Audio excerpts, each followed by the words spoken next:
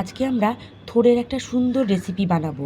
তার জন্য থোড়কে এইভাবে কুচি কুচি করে ভালো করে কেটে নিয়েছি। যে থোড়টা কেটে রেখেছিলাম সেই থোড়টাকে প্রেসারের মধ্যে দিয়ে 2 থেকে 3টে সিটি মেরে আমরা ভালো করে সেদ্ধ করে নিয়েছি। আমরা 1.5 কাপ মতো মুসুর ডালকে ভালো করে ভিজিয়ে এইভাবে কাঁচা লঙ্কা নুন হলুদ দিয়ে বেটে নিয়েছি। কড়াইয়ে তেল গরম বসিয়ে দিয়েছি এবং তার মধ্যে মুসুর ডাল বাটাকে এইভাবে বড়ার আকারে আমরা ভেজে নেব। আমাদের বড়াগুলো এরকম লাল লাল মতো ভাজা হয়ে গেছে। এবার এটা একটা পাত্রে আমরা তুলে নেব।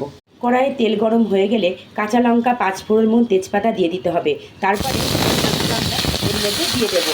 আলুটা ভাজা ভাজা হয়ে গেলে আমরা একে একে লবণ, হলুদ, আদা বাটা এবং জিরের গুঁড়ো দিয়ে ভালো করে নেড়ে চেড়ে কষে নেব। এটা যাতে পুড়ে না যায় ওর জন্য সামান্য একটু জল দিয়ে আমরা মশলাটাকে কষে নেব। মশলাটা পুরোপুরি কষে গেলে সেদ্ধ করে রাখা থোড়টা এর মধ্যে দিয়ে দেবো, দিয়ে ভালো করে নেড়ে চেড়ে কষে নেব। এবার এই ভেজে রাখা বড়াগুলোকে এইভাবে ক্রাশ করে নেব, ভালো করে ভেঙে ভেঙে নেব। তারপরে এটা থোড়ের যে তরকারিটা আমরা প্রিপেয়ার করছি তার মধ্যে আমরা মিশিয়ে দেব। ঠিক এইভাবে ভেঙে ভেঙে নিতে হবে। আমাদের তরকারিটা প্রায় রান্না হয়ে এসেছে।